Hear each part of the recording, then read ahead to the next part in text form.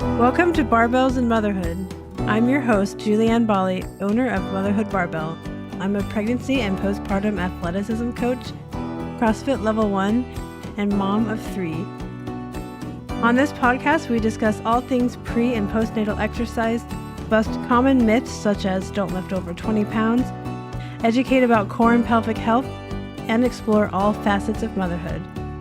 If you're a pregnant or postpartum mom that likes to throw around barbells, want to learn more about your pelvic floor and core, and looking for real research-based exercise guidance in any season of motherhood, this podcast is for you. Hello everyone, and welcome back to another episode of Barbells and Motherhood. Today I have my friend Alison with me today, who is in the pre- and postnatal fitness world as well. She does a lot of really good work, and I'm going to have her go ahead and introduce herself and what she does and how she helps. All right. So I am Alison.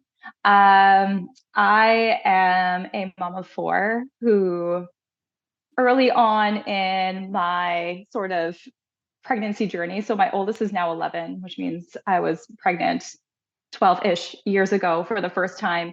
And I'm a nerd. And I like to exercise and move. So you add those two things together, and I was the pregnant person that was trying to figure out what I should be doing, the best exercises, how to prepare my body, what I shouldn't be doing in exercise. And then when it came to the postpartum, it was very similar. I think I asked my OB like 5 different ways, what should and shouldn't I be doing? And that six-week checkup. Any questions? What do I do to go back to exercise? Is there anything that I need to know? Is there I asked her over and over again. The same answer I got every time was, you're cleared for exercise. Right. So and we're talking 12 years ago, which isn't really that long ago, but when it comes to knowing anything about prenatal and postpartum, it's like a million years ago. Mm-hmm. So there was nothing. It was like, be gentle, don't lift anything. I had a coworker tell me one time not to be carrying an empty cardboard box. So, I looked for the answers and they weren't there. And then I had subsequent pregnancies, and my kids are all very close together in age, which isn't great for your body healing well. So then I ended up with things like a diastasis, and I had to work through leaking and things like that. And slowly over time, learn the information I need to know. And I was like, how is this not the standard of care? How is this not what everybody should know? Like, we've been having, I think part of the problem is like nobody's ever cared about women's health. And also people have babies every day. So we just decide to give no information or care. So like, well, that's just something that happens. So that's kind of how I came to really, truly caring so much about this population and wanting them to have like the best possible outcomes they can. Like, we can't always prevent everything, but we can mitigate a lot, and we can make things way better than they would have been. And we can make things way better even after they happen. And, if you're somebody who enjoys movement and exercise, or you're just a mom and mom life is really physical, I think it's really important that, we know how to take care of our bodies right from the get-go when we're going through this really vulnerable phase. Mm-hmm. I don't even know if I got on a tangent there about even great. Your question, but there you go. Yeah, it was a great introduction. Yes. Oh man, so many of us relate with that. We don't get any information and we're just told, "Oh, you're cleared," and that somehow is enough for us. But then, either one way people don't do anything because they're like, "Well, I don't know what that means," or they go to the extreme of, "Oh, I'm cleared, so let's do everything." Mm-hmm. And so we, can kind of rein that in and give them all of the missing pieces, bridge all of the gaps, and for this season, all of these seasons. 100%. So after my first 6-week checkup, when I just got you're cleared for exercise 10 times over, that night I went for a run because I figured it was fine. And I was like, why am I peeing my pants right now? I've never experienced this in my life. So I turned around and went home, and I didn't do it again for a while, which was probably the smart decision. But some people, if they really like running, will probably just be like, well, this will go away on its own, because we get told that a lot too. It'll just eventually go away. which luckily for me with my first it did. But had I not, kind of slowed things down, because we're not, everybody says listen to your body, but listening to your body also with your ego there is two completely different Oh, things. absolutely. Well, and like so many of us are trained when we're not pregnant to not listen to our body and to push Yeah. through discomfort and to push through pain. And, and then on the other side, it's like, well, we're not also not taught that leaking is not supposed to happen. And so, well, I'll just push through that too, because it's just another thing that I guess I have to just do now in order to be active. And so we know that that isn't true. Yeah. That we can help with those things, or they're public or therapists and all of that. Yes. 100%. Yeah. Excuse me. So I wanted to focus with you today about the core, because that is a topic that is tossed around a lot during pregnancy, because our stomach obviously is very influenced by pregnancy. And I have been very appreciative of all of the amazing education and resources that you have put out online for the last several years. And I wanted to start with this question of we'll start with pregnancy and we'll go into postpartum, but what does it look like to strengthen our core during pregnancy, and does it matter? So we got to bear in mind in pregnancy, I think there's some great things happening in that there's so much more permission for women to do way more in pregnancy and to exercise way harder. And I think that's great. And I think the piece that needs to go along with that is that, and also we've got to be more mindful. So we have to bear in mind that your belly is growing every day. So those core muscles are being stretched and stretched and stretched and stretched very much to their limits, along with hormones and all those other things that are racing through your body.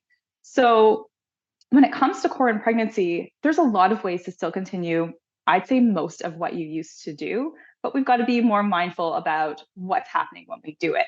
So, and your body, listening to your body, will give you some key indicators if you know what those indicators are. So, a big thing to look for in any kind of exercise, and it doesn't have to be a core exercise, but any exercise that you're doing, is watching what's happening with your belly when you do it.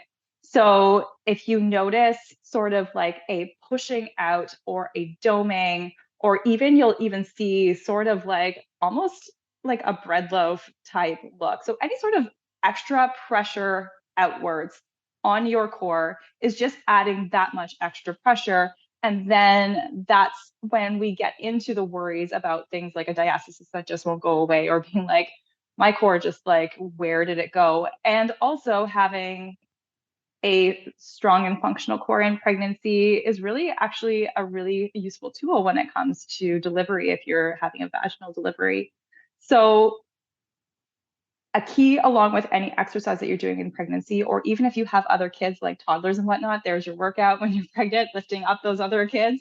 Um, Often a first strategy is using an exhale out. So kind of like you're blowing out candles on a birthday cake. Like if you're not a 3-year-old, you're like a 100-year-old. So if you're going to blow out 100 candles on your birthday cake, whenever you're doing the hardest part of a move, that kind of hugs the baby in. You almost feel like this wrapping effect. The baby kind of hugs a little bit closer to your body. Don't worry, it doesn't harm your baby. I've had people being like, is that going to hurt the baby? No, no, it's not. You get this gentle sort of hugging and wrapping of effect. And that sort of helps to mitigate that pushing out, that doming, that coning that you can experience. And it shouldn't look like pushing out and pressure. And if you do that exhale and you're still lifting whatever you're lifting, especially when it comes to exercise and weightlifting, and you still can't manage that pressure well, that's at a point where I'd say, maybe let's ease off of this for now. Maybe that's your maximum capacity for now. Maybe it's even just a bad day. Maybe if you try it again in a few days. But that extra piece of mindfulness will serve you so well down the road in so many ways. Yes, and I do also love that you mentioned that you don't need to worry that it's going to harm your baby. Like, we know that it is safe and that you can do core exercises during pregnancy. And that breath is so pivotal during pregnancy. That's what we talk about all the time too, is adjusting your breath strategy. Can you manage that pressure? And then I like that you talked about mindset of get curious about, what's going on with your body, then just letting your ego drive what you are doing. And especially like you were saying, when it comes to weightlifting, being able to dial back, even though that might be really hard, and allowing yourself to adjust to your changing core. Yeah, and that's really the ticket, right? Is allowing yourself to adjust along with whatever phase you're in. And most exercises, there's a million different ways to do them, like planks being a popular one. There's 15 different ways to do a plank, and one of them may no longer serve you, but if you really want to do that plank, there's another way we can figure it out. Oh yeah. And so what are some of your favorite core exercises during pregnancy that may not be like traditional ones that we all think of, like sit-ups and crunches and planks? So I like anything that kind of moves something away from your body. So say if you were to do, even if we keep this really simple, if you were just standing holding a weight of however many pounds, let's just say, I don't know, 25-pound weight, and you were standing and you took an exhale, you blew out your candles, you felt baby hug in, and you push that weight away from you and bring it back in, just something moving away from you and your core having to stabilize in order for that action to happen is great core work. It's not like traditional, but it's great core work. And once you start to feel that hugging in feeling and knowing what it feels like, you should be able to feel it in things that are never considered core exercises, like squats and lunges and deadlifts. Like every move technically can be a core move if we're applying the strategy to allow it to be that. Oh, absolutely. Our core is involved in stabilizing everything else that we are doing, and so we need to use it. And I love essentially you're talking about, a variation of a Pallof press of moving something away from you, and how many times are we going to do that postpartum, right? In different Bazillions. positions, moving baby from A to B, or, picking up baby. That is a movement that we are going to use all the time. And so, yeah, like training that during pregnancy, even just to have the awareness of the movement pattern itself, is, I think, very beneficial for pregnancy. Were there any other ones that you wanted to mention, other core exercises? I feel like it can be. So I think anything that allows you to find stability. So I think lots of times we think about core work as those squats and crunches and whatever, and those moves that I said squats and crunches. I meant sit-ups and crunches, whatever.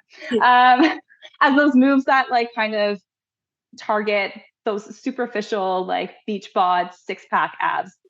In pregnancy, we're looking for stability. So that's going to be the deepest layer of your abs that nobody really knows about, called your transverse abs. They're like a corset that wrap around that are meant for stability, which is what we access when we do that exhaling out.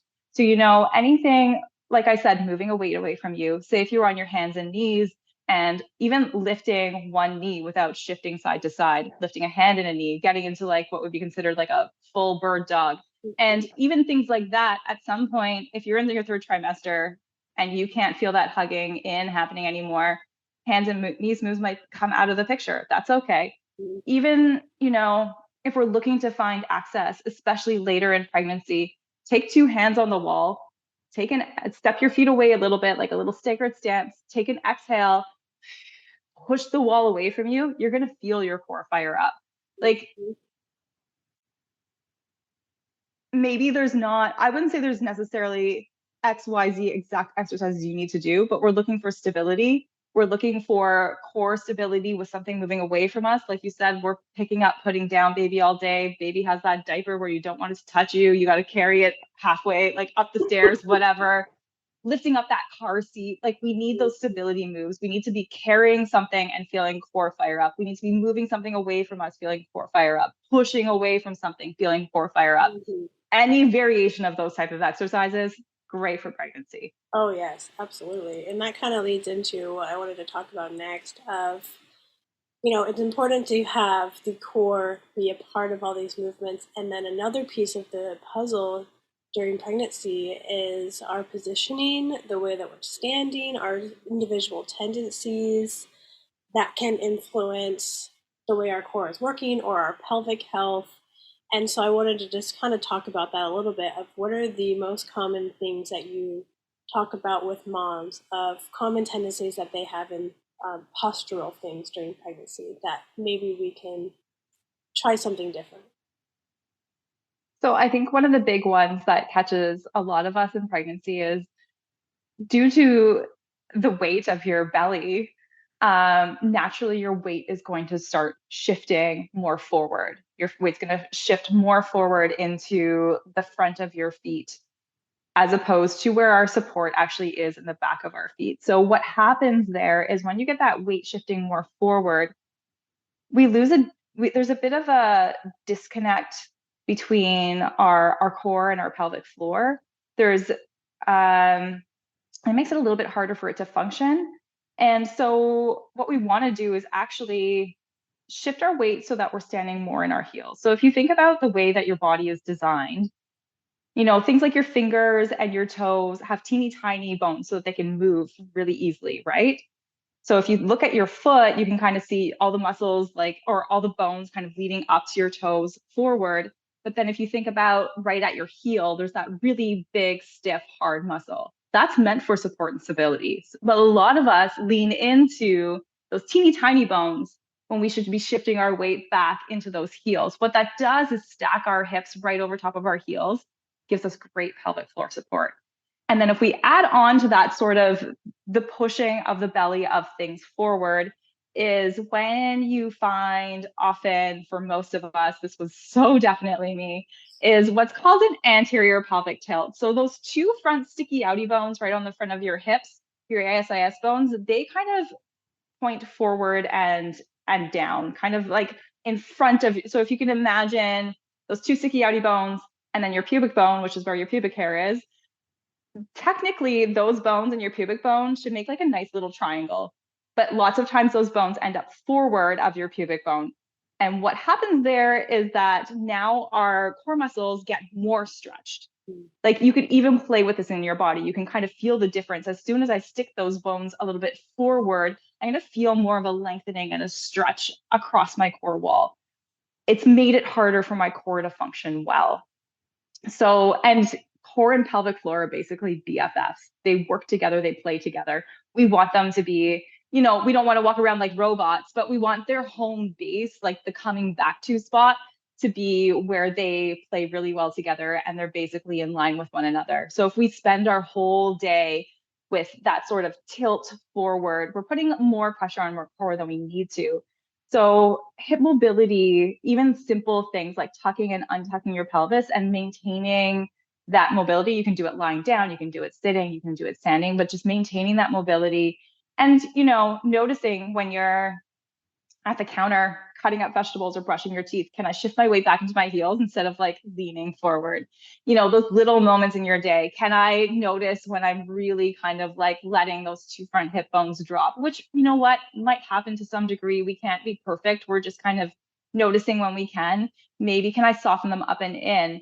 Or if it's hard to remember in your day, if you're someone who does like to exercise and work out, be really mindful in those workouts when you're doing those exercises to make those little connections, because often we can take those little connections in our workouts and they start to build a brain connection that now transfers into our days. Mm-hmm. Oh, absolutely. Like that neutral position, that stacked position is something I was hyper aware of in my exercise during pregnancy and my day-to-day life. But especially like if I was doing like an overhead press, one that's really easy to kind of like flare the ribs or push forward, or an elevated plank position, making sure that we aren't having any extra pressure and just keeping it all very neutral, it absolutely translates to our exercise. But our exercise is like maybe an hour a day, right? All those other hours of us standing in a certain way. And then I was going to also bring up a big one that I know a lot of us struggle with. I do. Gripping our butts all day long. But that goes hand in hand with that lean forward. You get your weight in your heels, all of a sudden you grew a butt. Yes, it's so true. So a cue that I think about all the time that I gathered from Brianna Battles is bring your belly button under you. So you're kind of like bringing the pelvis back to that neutral position instead of it being out here. Right. All of those little tendencies.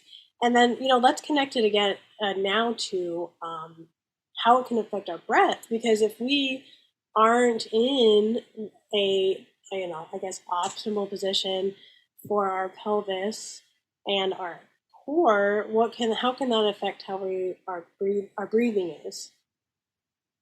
So if we really want to, like I said, core and pelvic floor are BFFs, but the reality is rib cage, core, and pelvic floor are BFFs. So, again, not trying to be like robots, but if we're looking at a nourishing home base that your body regularly comes back to, then we actually want ribs over belly, over pelvis, as opposed to, maybe butts tucked under, maybe belly stretched, maybe those ribs are flying forward. It's really hard for them to be able to play together. And depending on your tendencies, like for example, if I have my ribs really flown forward and up, which, in pregnancy is a pretty common thing. You've got that growing belly, those ribs can get wider, that's fine. It can hard to take a good breath in. It can hard to get a good inhale. So that's when often the defaults happen to either chest or belly when it comes to breathing, and actually want that breath to come into our ribs. That's actually what they're designed for. They're designed to expand to manage the pressure of your breath. Every time you breathe in, you're taking pressure in. And if we start transferring that pressure into our belly, like we talked about earlier, trying to look at mitigating pressure and exercise and having a core strategy number one is actually trying to find breath in your rib cage, so that we don't have the pressure of an inhale pushing on your belly every single time you breathe in. That's going to get pretty hard late stage pregnancy. However, practicing it throughout pregnancy can help to make it not quite as challenging.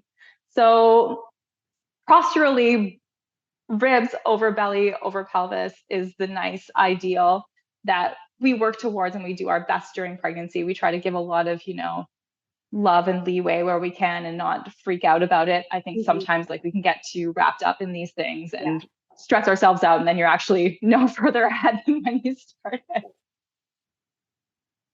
Yeah, it's just having that awareness and knowing that we can just continually adjust and not try to be perfect, because we don't need to have the stress of being perfect. We have enough going on as moms and as pregnant moms. And so we've kind of gone through all of pregnancy and core work during pregnancy. Now let's shift to postpartum. That's probably one of the biggest questions you see, at least I see online, is I have no idea how to rehab my core postpartum. It's feeling this way, it's looking this way. Where do I start? And so, we could talk all we want about that.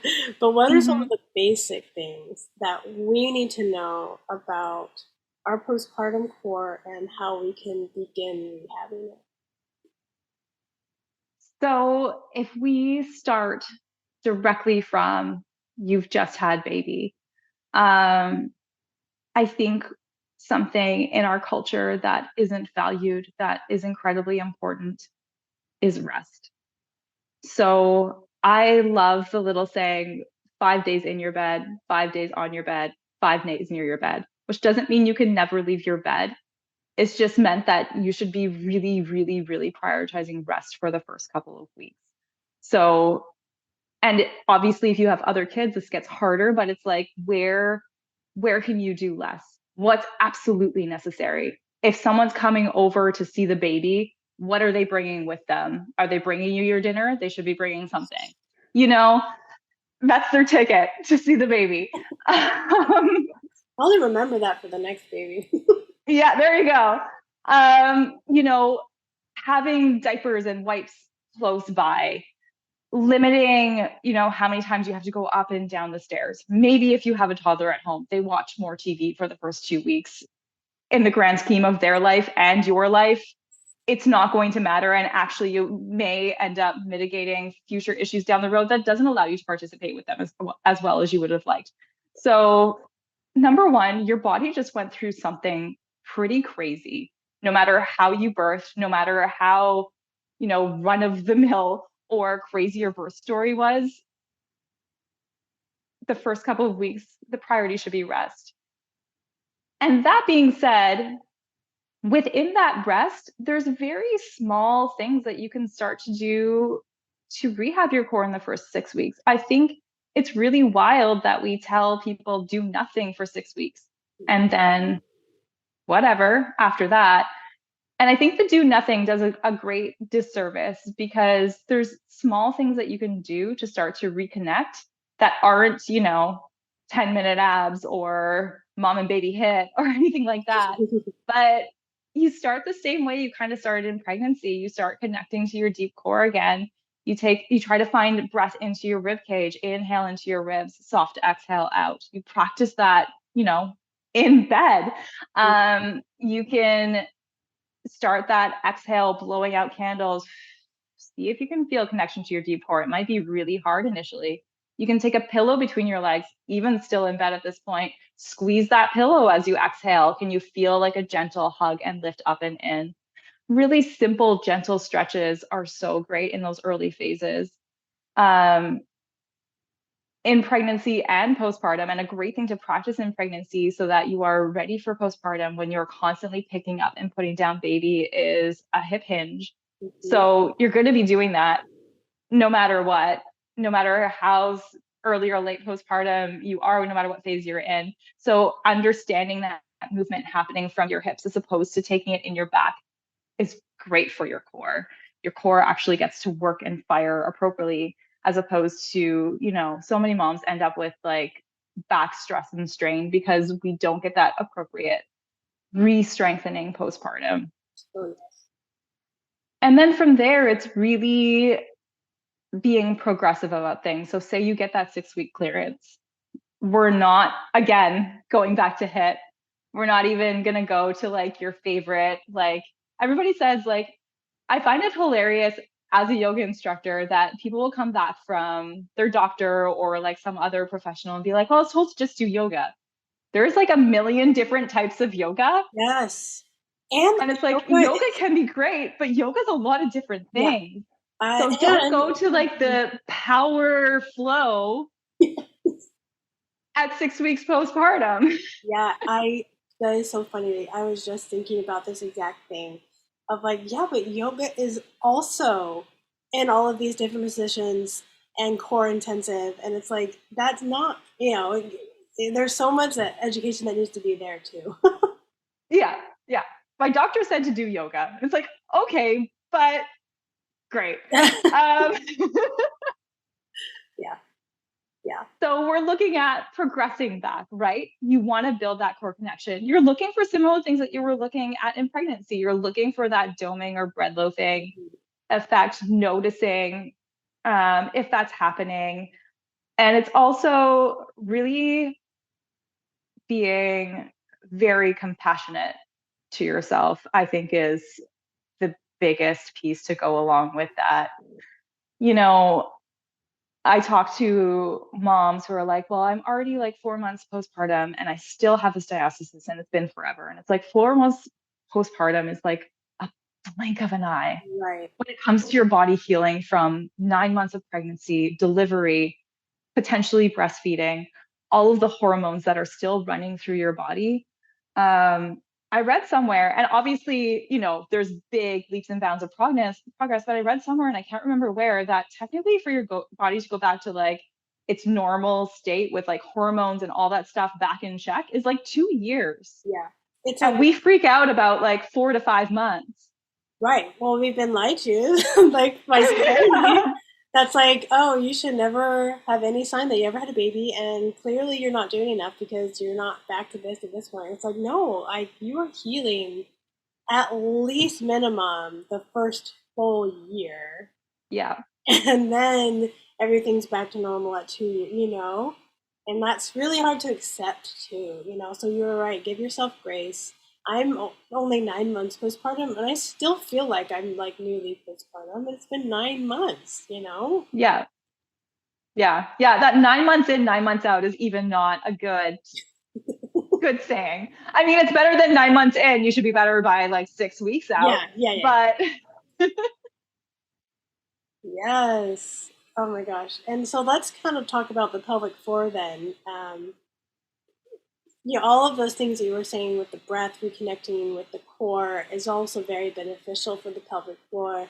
What other recommendations do you have for specifically pelvic floor rehab postpartum?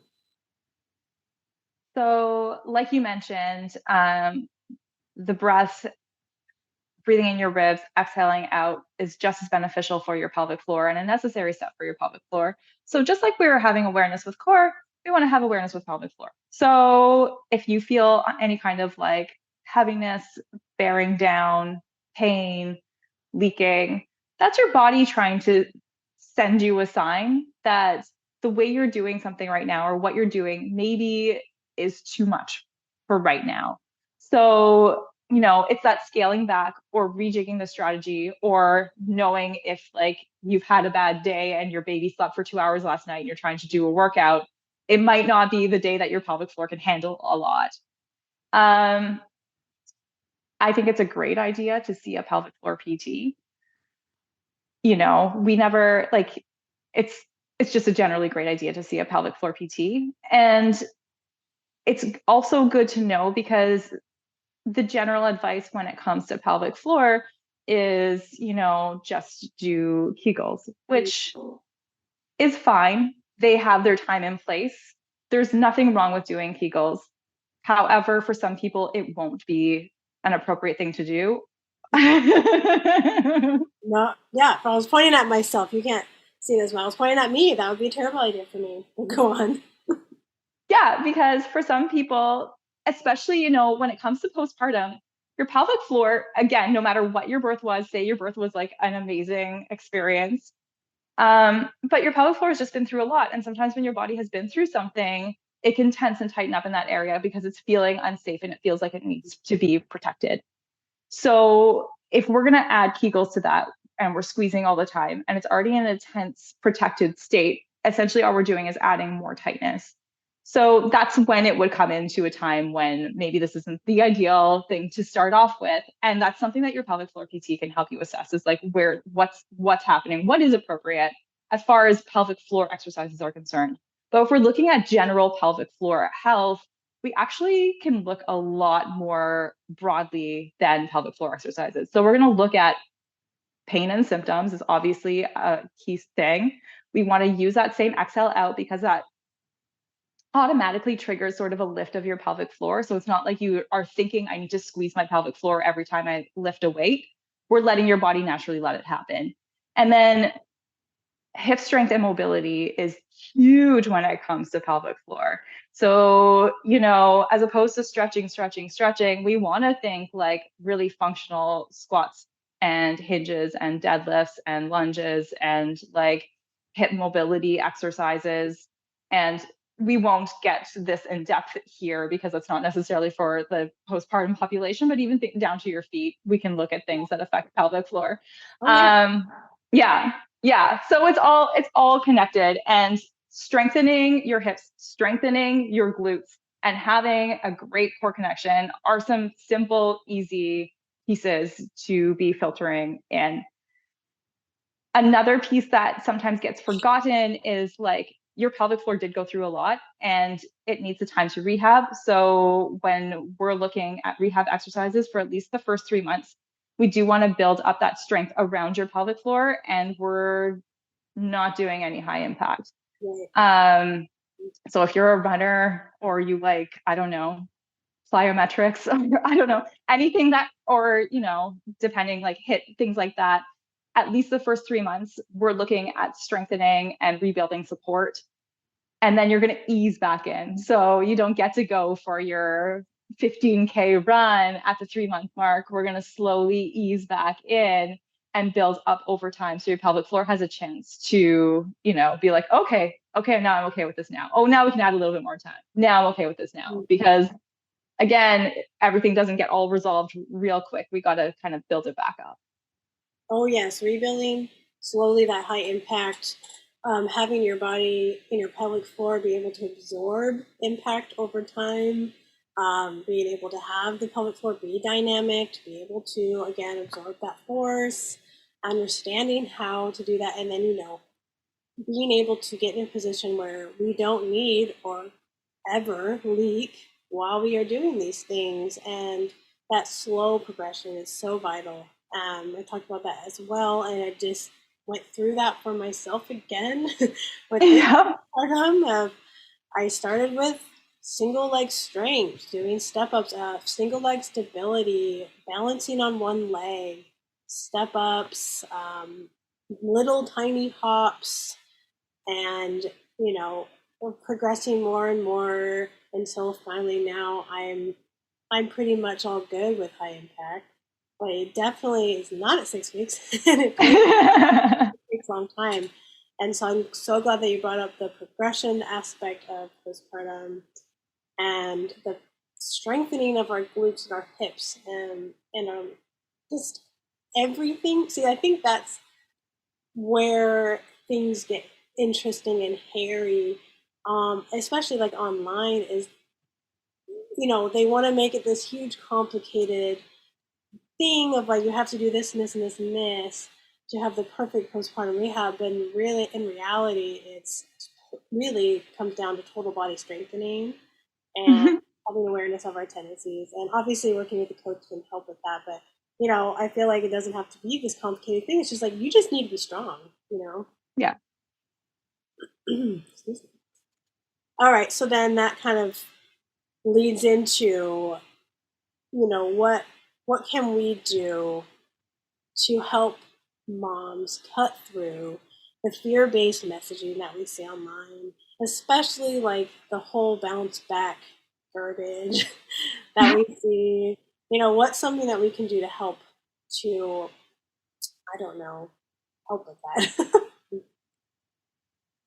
Yeah, it's tough out there. I mean, to me, the whole bounce back culture is like bro marketing. It's like,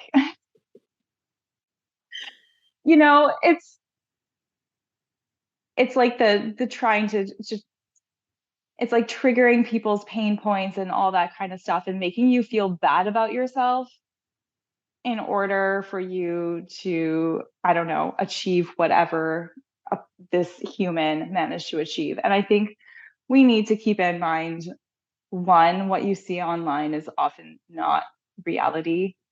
Two, especially, being a person who is on social media, I've become more and more dogged about who I follow and what I allow to filter in. And even if it's some incredible account that maybe is doing great things, but I feel bad for any reason, I mute them or I unfollow them, because there's a whole bunch of other people that are going to be great that maybe don't give me that feeling.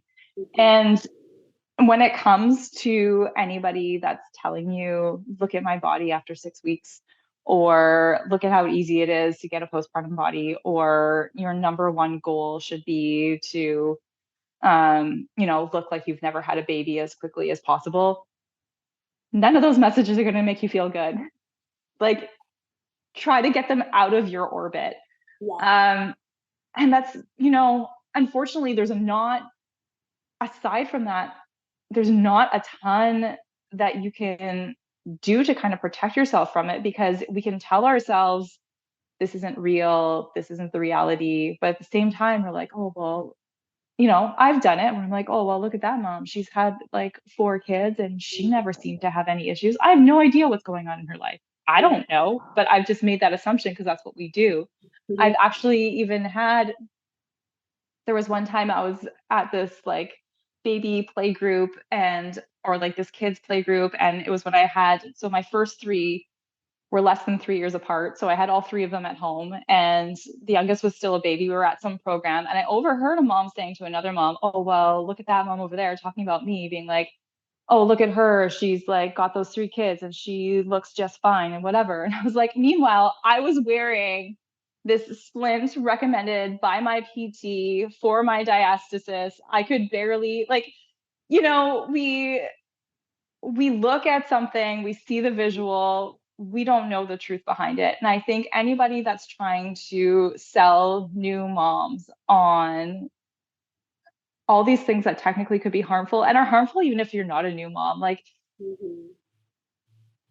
if you're being if the primary driver, which isn't popular opinion, but if the primary driver is to have you look a certain way and you are now worthy and valuable when you look a certain way, and this is how women are supposed to look, you're never going to feel good. You might have that body, you might get that body, but if you haven't, felt great about it along the way, if you don't feel strong and confident in it, if you don't feel like great on the inside, it doesn't matter what the outside looks like. I wish there was a better solution for this, to be honest. Yeah. No, I love this conversation that we're having about it, and just how we want to have bodies that function well. I think that should be the foundational thing that we're going for postpartum. Is like, yes, we want to have, some of us want to have these aesthetic goals, which I think are valid, and Yeah, they are, but like just being able to know that what we see, it may not be a functional body though, and we want to have that. And so then building the foundation is what's most important, and that, obviously the comparison game as moms is just always going to be there, and it's going to be hard. But just kind of being able to just say, I'm in this body right now, in this state, and that is okay, and I'm honoring that, and be able to just build a strong body as we can. I couldn't agree more. It's, I don't think that there's an issue with having aesthetic goals. I think it's when the aesthetic goals kind of take away from what you need to do to actually nourish your body in this phase is when we kind of butt heads and when we think that our bodies aren't good enough. I think it's women, we get told that enough. And if you've just created a person, we need to ease off of that messaging a little bit. Yes, amen. Oh my gosh, I totally agree with everything that you said. And be able to, if you're listening to this and that's something that you're struggling with, like, we hear you, we get you, and we are, we aren't about that stuff. We're here to keep it real and talk about the messy middle of life. We've all struggled. We are all human. Oh yes, yeah, we all have. Yes, it's the work to try to find beyond that, and it's hard. Absolutely. It is, and I think that curating your social media is a really good place to start too. Finding coaches like you and me to be able to guide you through that garbage is like, it's also like, well, who do I listen to? Well, right, you're qualified to give you that information, right? Yes, yeah. Yeah, and so then I guess that is a great segue into, I would love to have you share specifically about your business and what you do and what programs and different offers that you have going on right now. Yeah, so I do a lot of work with prenatal and postpartum people, as well as people that are, like I said, this information wasn't necessarily available not that long ago. Like I would say even within the past 3 to 5 years, I love that there's so much more information out there. But even if you look 5 years ago, it was probably not all that fantastic. So I work with a lot of people who maybe had their kids forever ago, maybe never had kids, but are experiencing issues like leaking or prolapse or diastasis, pain, etc. How can we get your body more functional? But for the newly postpartum population, I have like just like this little online guide called like your movement guide to your first 6 weeks postpartum, which sounds really counterintuitive because I just told you to rest for the first 2 weeks, but it's all those little exercises, the little moves, the gentle reconnection that you can start to do in those first 6 weeks, so that when you hit your 6-week checkup and you start to want to ease back into other activities, you've already got this mini foundation going that has already started to support your healing, as opposed to just, and if your body is telling you, I just need rest for the first 6 weeks, I don't even want those mini exercises, then great. But if you're, up and about and around and doing all the things, this is a great kind of information guide to get you knowing what your body is looking for in these times. And then I'm starting at the end of March another round of my program called Core Confidence, which is either for postpartum moms or maybe people that are further out or in different phases who have experienced issues, like I mentioned before, pelvic floor and core issues, back issues, things like that, who want a progressive way back to understanding their bodies better, understanding what their body needs, and full body strengthening in that really functional way that rebuilds your brain core pelvic floor connection, so that starts to be how you live your life. So we take it out of that, out 30 minutes of exercise that you're doing each day, and you start to notice, oh, when I go to pick up my bag of garbage, I'm doing it in a way that's supportive. I didn't realize it, so it becomes your new conditioning. And then when you start maybe more traditional exercise again, then you've already built a foundation and your body moves in a way that's supportive. Perfect. And are you doing any in-person classes where you are located right now? Yeah, so I do a series called Postpartum Return to Exercise. So I'm in Thunder Bay in Ontario in Canada. It's very cold here. I do an in-person series called Postpartum Return to Exercise. So, once you hit that 6 weeks, plus a lot of moms that join are usually around the 3 to 5 month postpartum. Some of them are pretty early on, some of them are a little bit later. We go through an 8-week progressive build up of strength that I wish every mom could do. And I do some other classes as well. I do some yoga classes and some sort of like fun strength type classes. So yeah. Awesome. Oh, I love that so much. You are doing so much good in your community and online, and I have learned so much from you today. Thank you so much for teaching us all about the core and our pelvic floor, and all this great conversation we've had about going against bounce back and just all of those things. So thank you so much. Where can we find you online? So I'm on Instagram at alison.tjong.movement. It's a weird last name. It's a TJONG. And I do try to, seems like cool people are moving over to TikTok, so I try to throw stuff on there. Yes, I have seen your TikTok stuff because I've been on there more and more, and I'm like, oh look, Alison just popping up every once in a while. Yeah, I have to admit, I kind of almost forget about it, which maybe makes me old, but I forget about it, and then I'm like, oh, I should put stuff on there again. So anyway, same handle on TikTok. I'm the old person on there. And my website is alisonTjong.com. I have all of my classes and information and whatnot on there as well.